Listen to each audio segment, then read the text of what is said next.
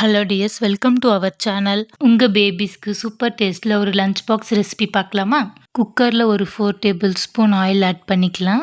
அது கூட சோம்பு, பட்டை, லவங்கம், ஏலக்காய், பிரியாணி இலை, கருவேப்பிலை ஆட் பண்ணிவிட்டு 2 ஆனியன் ஸ்லைஸாக வெட்டி வச்சுருக்கேன், அதையும் ஆட் பண்ணிக்கலாம். கூட 3 பச்சை மிளகா ஆட் பண்ணிக்கலாம். இப்போ ஆனியன் நல்லா ஃப்ரை ஆகட்டும். ஆனியன் நல்லா கண்ணாடி பதத்துக்கு வந்த அப்புறம் தக்காளி ஆட் பண்ணிக்கலாம். ஆனியன் நல்லா ஃப்ரை ஆகிறதுக்காக கொஞ்சம் சால்ட் ஆட் பண்ணிக்கலாம்.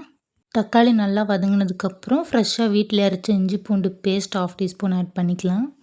இப்போ மசாலா ஆட் பண்ணிக்கலாம். மஞ்சள், குழம்பு மிளகாத்தூள், கரம் மசாலா இது 3 மட்டும்தான் ஆட் பண்ணியிருக்கேன்.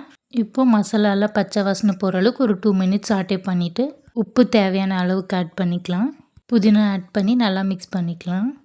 இப்போ நான் தண்ணி அளந்து வச்சுருக்கேன், அதை ஊற்றிக்கிறேன். தண்ணி நல்லா கொதித்து வர்றப்போ ஊற வச்ச அரிசியை சேர்த்துக்கலாம். 3 டம்ளர் அரிசிக்கு ஒரு 5.5 டம்ளர் தண்ணி எடுத்திருக்கேன்.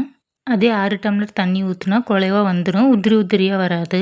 அதனால் 5.5 டம்ளர் தண்ணி ஆட் பண்ணிவிட்டு விசில் வந்ததும் ஒரு 5 நிமிஷம் விட்டு விசில் எடுத்துட்டுருவேன். லாஸ்ட்டாக கொத்தமல்லி ஆட் பண்ணிக்கலாம். இப்போ டேஸ்ட் பார்த்துட்டு உப்பு காரம் கம்மியாக இருந்தால் கொஞ்சம் ஆட் பண்ணிக்கோங்க. அதுக்கப்புறம் குக்கரை க்ளோஸ் பண்ணிக்கலாம். நான் ஒரு விசிலுக்கே ஆஃப் பண்ணிவிடுவேன். இப்போ ப்ரெஷர் போனதும் வேறு பாத்திரத்தில் மாற்றி லைட்டாக மிக்ஸ் பண்ணிக்கோங்க. நல்லா உதிரி உதிரியாக சூப்பர் டேஸ்ட்டில் வந்துருந்துச்சு. உப்பு காரம் டேஸ்ட்டெல்லாம் பிரியாணி விட சூப்பராக இருந்துச்சு. ரொம்ப போட்டு கிளறாமல் லைட்டாக மிக்ஸ் பண்ணி விட்டால் போதும். இந்த மாதிரி குயிக்காக ஈஸியாக சிம்பிளான லஞ்ச் ரெசிபியை உங்கள் பேபிஸ்க்கு செஞ்சு கொடுங்க. இந்த வீடியோ உங்களுக்கு பிடிச்சிருந்தா நம்ம சேனலை சப்ஸ்கிரைப் பண்ணிக்கோங்க. தேங்க்ஸ் ஃபார் வாட்சிங்.